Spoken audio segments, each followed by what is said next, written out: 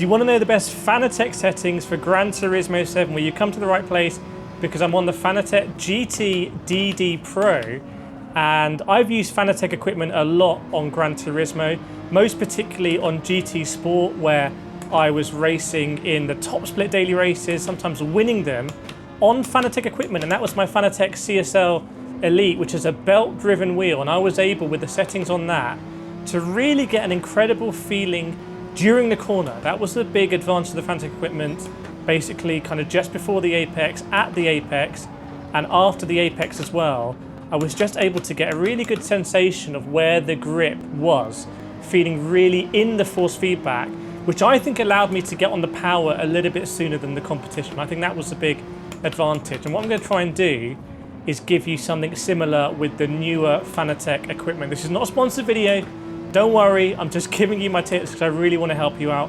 I want you to drive as fast as you can. I know you probably bought some expensive equipment and you might not know whether you're getting the most out of it. So I'm running some unusual settings. I'm going to just say that straight up. These are unusual, and you might look at them and be like, whoa, what are these settings? They are a little bit subjective, or I'd say quite subjective, and I'm really keen to hear your settings that you're running in the comments. But I'm going to explain why I'm running these settings. So as I said earlier, I really think on Fanatec it has a very good sensation of being in the force feedback, in the corner, okay? Now, overall, I still prefer the Logitech G Pro on Gran Turismo 7, I'll explain that later. But during the corner, I think the Fanatec might even be better. And that's this kind of like very kind of deep feeling. I know where I am. I know if I'm gaining grip. I know if I'm losing grip. I know the speed at which I'm gaining or losing grip. I can feel the weight transfer. I can do crazy stuff like go around the outside sometimes if you get it right on the Fanatec equipment. So I've played to its strengths here. I'm going to show you what I've done. So this is where things are going to get a bit unusual. I'm going to show you as well how it's working on the OLED. You can see here as well. So I've got at the moment 10 max torque and 1 sensitivity. Why? The 10 max torque for me, and I am running 100% strength here as well in the force feedback strength in the Fanatec system. So I'm running this really strong. For me, it's not super strong actually. Like if I were to do this on the Logitech G Pro 11 Newton meter, it would be arm shaking. It would want to come off out of the mount. It would just be too strong. You saw this when I did my video when Gran Turismo messed up the force feedback, and I showed you my G Pro running at max settings. It was just silly. It was actually dangerous, if I'm honest. The Fanatec, for whatever reason, it's just like not dangerously high at all. Like this is actually quite nice running at these settings. It doesn't feel that much stronger than THRUSTMASTER T598. I'll show you here. I'll try and do some driving kind of one-handed, maybe not around the international horseshoe. That'd be a bit difficult. But the force feedback here for me is super, super, super nice. Like it's not too strong, but I can feel it. I can feel the bumps on the road, and we'll get to that on sensitivity. So as we go around left-hander here, I can feel the bumps. And I want to explain why I like having good road feel in force feedback. It's because my background in karting, you know, I've won karting championships, and sometimes you're in the lead of a race in karting and you don't know how far ahead you are. You don't know where the kart is behind you because you don't have rear view mirrors and you don't have a UI, a leaderboard. And that means you need to really get in the groove and just try and be as fast as possible, set a PB every lap.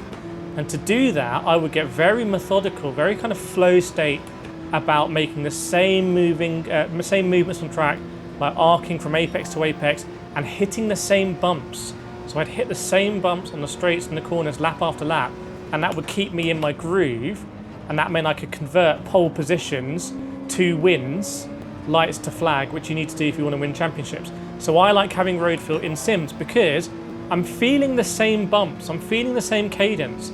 Like if I was doing a daily race here, and if I was kind of like, you know, warmed up and top of my game, I would be doing the same lines exactly, lap after lap, like I'm telling you, and I'd be hitting the same bumps, and giving me that road feel gives me that confidence that I'm doing the right thing as we overtake 1 billion cars into turn 1. Ah, deep. By the way, I'm not using Fanatec pedals here, even though I'm on PlayStation. Yeah, I'm using third-party pedals on Fanatec. That is pretty crazy. More of that in a separate video. So I like that road feel. So what happens if I change it? Well, if I put this down, I don't get any force feedback. I get basically nothing. That's a bit of an exaggeration. There is still a little bit of force feedback, but to me, this is nothing. Now I can run it at 5 as well. I'll show you what it's like at 5. But even for me, this is basically nothing.